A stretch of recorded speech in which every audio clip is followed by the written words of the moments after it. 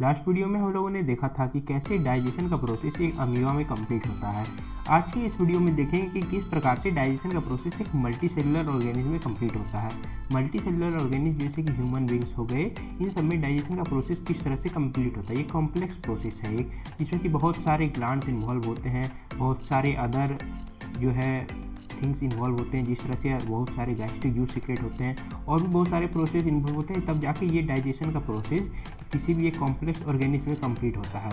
ये एक पूरा फिगर में एक सिस्टम देख सकते हैं कि कितने सारे ग्लैंड्स इन्वॉल्व हैं, saliva, oesophagus, mouth, liver, stomach, gall bladder, pancreas, small intestine, large intestine, appendix, rectum और एनस, तब जाके एक डाइजेस्टिव सिस्टम कंप्लीट होता है।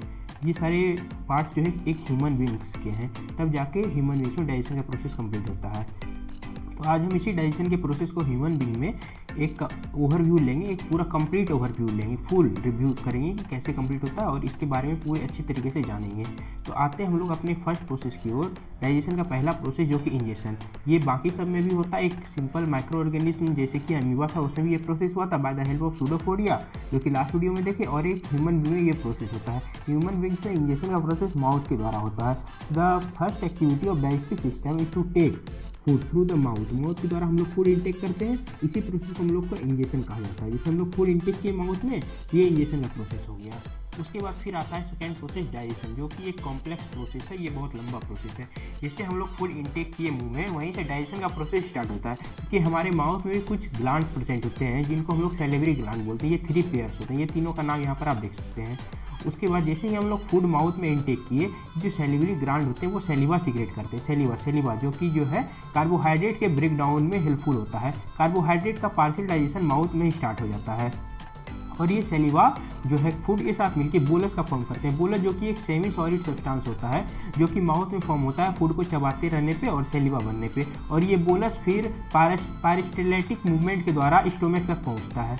तो ये जैसे बोलस हम लोग तैयार किए माउथ में, उसके बाद ये सब मूव करके जो है एक हम लोग का जो फूड पाइप है ओइसोफेगस जिसका नाम है, उससे ये वाला मूवमेंट जो यहाँ पे दिखाया गया फिगर में, इस तरह से मूवमेंट होते हुए धीरे धीरे स्टोमक तक पहुँचता है। फिर मेन हमारा प्रोसेस स्टार्ट होता है स्टोमक में। ये पार्ट्स सब देख सकते हैं ह्यूमन डाइजेस्टिव सिस्टम के कौन कौन पार्ट्स हैं, जिसमें कि लीवर है, स्टोमक है, स्प्लीन है, पेनक्रियाज है, लार्ज इंटेस्टाइन और स्मॉल इंटेस्टाइन है। ये सब में डाइजेशन का प्रोसेस कंप्लीट होता है। तो हम लोग कहाँ थे, बोलस में, कि बोलस हम लोग का फॉर्म हुआ था, बोलस हम लोग माउथ में फॉर्म किए थे, और ये बोलस जो है पेरिस्टाल्सिस मूवमेंट के द्वारा स्टोमक तक पहुंचता है। अब देखते हैं स्टोमक में क्या होता है। स्टोमक में जैसे ही बोलस इंटर करता है तो स्टोमक के जो दीवार होते हैं, वाल्स ऑफ स्टोमक, ये सब वाल्स, तो ये जो है ना कुछ जूस सीक्रेट करते हैं, जिसको हम लोग गैस्ट्रिक जूस बोलते हैं। इस जूस में कुछ एंजाइम्स होते हैं, कुछ केमिकल्स होते हैं। वो केमिकल्स का नाम है, ये केमिकल्स बोलिए या एंजाइम्स बोलिए, एक ही बात है। उस केमिकल्स का नाम, पहला केमिकल है हाइड्रोक्लोरिक एसिड, फिर दूसरा है पेप्सिन और म्यूकस। अब ये तीनों जो है फूड से रिएक्ट करते हैं।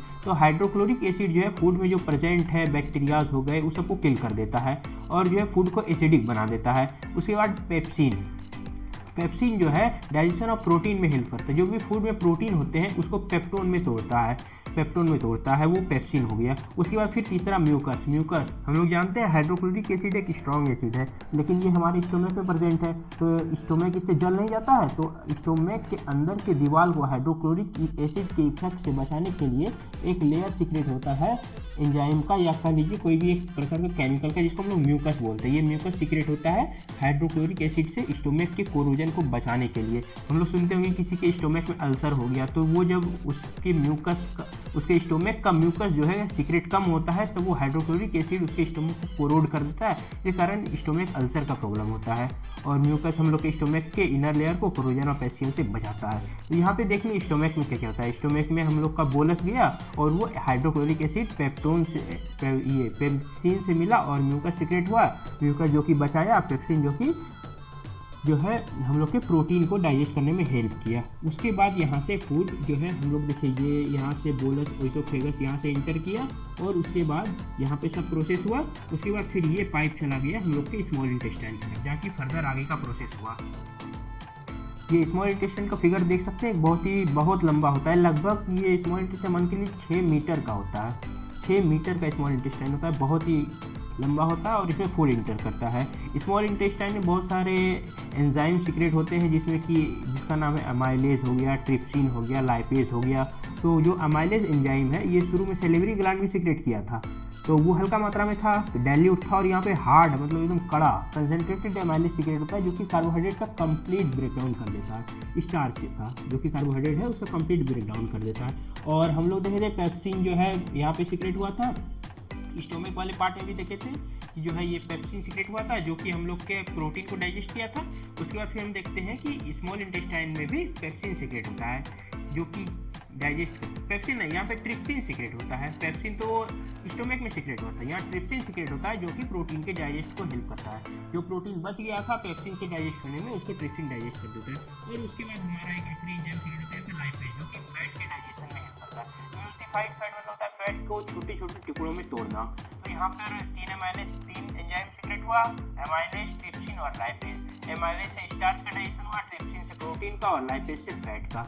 उसके बाद ये स्मॉल इंटेस्टाइन से होते हुए फूड हमारा लार्ज इंटेस्टाइन में चल जाता है। एक बार हम लोग स्मॉल इंटेस्टाइन के पार्ट्स को देख लेते हैं। स्मॉल इंटेस्टाइन 3 पार्ट से मिलकर बना है। शुरू वाला पार्ट हो गया डेडुनम, बीच वाला पार्ट हो गया जेजुनम और लास्ट वाला पार्ट हो गया इलियम। ये 3 पार्ट से मिलकर आपका स्मॉल इंटेस्टाइन बना है। और एक बार लार्ज इंटेस्टाइन का पार्ट्स देख लेते हैं। इसमें ट्रांसवर्स कोलोन, एसेंडिंग कोलोन और डिसेंडिंग कोलोन, ये भी 3 पार्ट से मिलकर बना है। यहाँ पे स्मॉल इंटेस्टाइन का पार्ट आके कनेक्ट हुआ है, यहाँ पे पूरा घूम फिर करके स्मॉल इंटेस्टाइन आके इससे कनेक्ट हुआ एसेंडिंग कोलोन में। फिर ये लार्ज इंटेस्टाइन ज़्यादा लंबा नहीं होता है, ऐसे घुमा फिरा फिर ये एनस से बाहर आ गया। उसके बाद फिर हम लोग स्मॉल इंटेस्टाइन में देख चुके थे डाइजेशन के प्रोसेस को, जिसमें कि 3 एंजाइम था, एमाइलेज, ट्रिप्सिन और लाइपेज। अब फिर यहाँ से स्मॉल इंटेस्टाइन से ये तीनों का काम होकर के फूड जो है हम लोग का लार्ज इंटेस्टाइन में चल जाता है। और स्मॉल इंटेस्टाइन में, लार्ज इंटेस्टाइन में जाने से पहले स्मॉल इंटेस्टाइन में ही कुछ ग्लैंड एसोसिएटेड होते हैं। ये स्मॉल इंटेस्टाइन का पाइप और ये ग्लैंड एसोसिएटेड है, इस ग्लैंड का नाम है पेनक्रियास। ये पेनक्रियास जो है 2 एंजाइम सीक्रेट करते हैं, पहला है इंसुलिन और दूसरा है ग्लूकागोन। इंसुलिन जो होता है ब्लड में जो स्टार्च की मात्रा है, कार्बोहाइड्रेट की मात्रा है, उसको सिंपल लेवल में लाने में मदद करता है। और ग्लूकागोन अगर ब्लड में कार्बोहाइड्रेट की मात्रा कम है तब उसमें कार्बोहाइड्रेट डालने में मदद करता है। तो ये पेनक्रियास का 2 एंजाइम्स देख लिए हम लोग, इंसुलिन और ग्लूकागोन पेनक्रियास सीक्रेट करता है। और यही स्मॉल इंटेस्टाइन में भी ये लीवर जो कि लार्जेस्ट ग्लैंड है, लार्जेस्ट ऑर्गन है बॉडी का, ये भी एक एंजाइम सीक्रेट करता है, इसका नाम है बाइल जूस। बाइल जूस जो है हल्का ग्रीन कलर, इसको पित्त बोलते हैं, वो होता है और ये फैट को डाइजेस्ट करने में हेल्प करता है। इसलिए जिसका लीवर खराब हो जाता है, मतलब खराब क्या, जिसका लीवर कम काम करता है उसको डॉक्टर फैट कम खाने के लिए बोलते हैं, क्योंकि लीवर ही मतलब हार्ड डाइजेस्ट ऑफ फैट, जितना भी हम लोग फैट खाते हैं, घी हुआ, तेल हुआ, वो सबको डाइजेस्ट करने में हेल्प करता है। और ये क्योंकि स्टोमक से तो हाइड्रोक्लोरिक एसिड था स्टोमक में, वहाँ से हाइड्रोक्लोरिक एसिड से मिला हुआ एसिडिक फूड आ रहा था। और ये जो है बाइल जो होता है वो एल्कलाइन होता है, मतलब बेसिक होता है। तो हम लोग जानते हैं एसिड प्लस बेस जब मिलता है तब वो न्यूट्रलाइज हो जाता है, न्यूट्रल हो जाता है, मतलब उसका एसिड का असर खत्म हो जाता है, बेस का भी असर खत्म हो जाता है। तो ये एसिड प्लस बेस यहाँ पे मिलके फूड को न्यूट्रल बना देता है, जिससे कि आगे फूड जो है एसिडिक ना रहे और आराम से डाइजेशन का प्रोसेस कंप्लीट हो सके। तो यहाँ तक में स्मॉल इंटेस्टाइन में डाइजेशन का प्रोसेस लगभग कंप्लीट हो चुका रहता है। उसके बाद प्रोसेस ऑफ एब्जॉर्प्शन आता है। एब्जॉर्प्शन में जो डाइजेस्ट हो चुका उसको एब्जॉर्ब किया जाता है। ये स्मॉल फिंगर लाइक स्ट्रक्चर आप देख सकते हैं, ये सब को नाम है वेलाई, ये सबको हम लोग वेलाई करते हैं। ये वेलाई जो है फूड के जो है एब्जॉर्प्शन में हेल्प करता है। जिस प्रकार से डाइजेस्ट हो चुका है, डाइजेस्टेड फूड के एब्जॉर्प्शन में वेलाई हेल्प करता है। ये स्मॉल इंटेस्टाइन और लार्ज इंटेस्टाइन के वाल्स पे प्रेजेंट होता है। और ये स्मॉल इंटेस्टाइन का फिगर देख सकते हैं, इसके अंदर वाले वाल्स पे सबसे आखिरी पार्ट में हम लोग स्मॉल इंटेस्टाइन का पार्ट्स देखे थे, पार्ट्स ऑफ स्मॉल इंटेस्टाइन। ये जो इलियम है, ये पार्ट में जो है मेनली वेलाई प्रेजेंट होता है और इस पार्ट तक आते आते लगभग डाइजेशन कंप्लीट हो चुका रहता है। इसी कारण ये वेलाई जो है उसको एब्जॉर्ब का काम करता है, एब्जॉर्ब का काम करता है। फिर यहाँ तक हो गया, स्मॉल इंटेस्टाइन से फूड एब्जॉर्ब हो गया और फिर ये फूड जो बच गया वो फिर मूव कर जाता है लार्ज इंटेस्टाइन की ओर। लार्ज इंटेस्टाइन में जो है एब्जॉर्प्शन का काम तो नहीं होता है, पहले स्मॉल इंटेस्टाइन में एब्जॉर्प्शन का काम हो गया, उसके बाद एब्जॉर्प्शन के बाद हमारा काम आता है एसिमिलेशन का, मतलब जो हम लोग एब्जॉर्ब किए फूड को उसको यूटिलाइज करने का। तो जो वेलाई हम लोग देखे थे, वेलाई हम लोग के फूड को एब्जॉर्ब कर लिया, फूड के न्यूट्रिएंट्स को एब्जॉर्ब कर लिया जो भी हमको मिला। उसके बाद ये वेलाई जो है उसको जो है ब्लड में भेज देता है।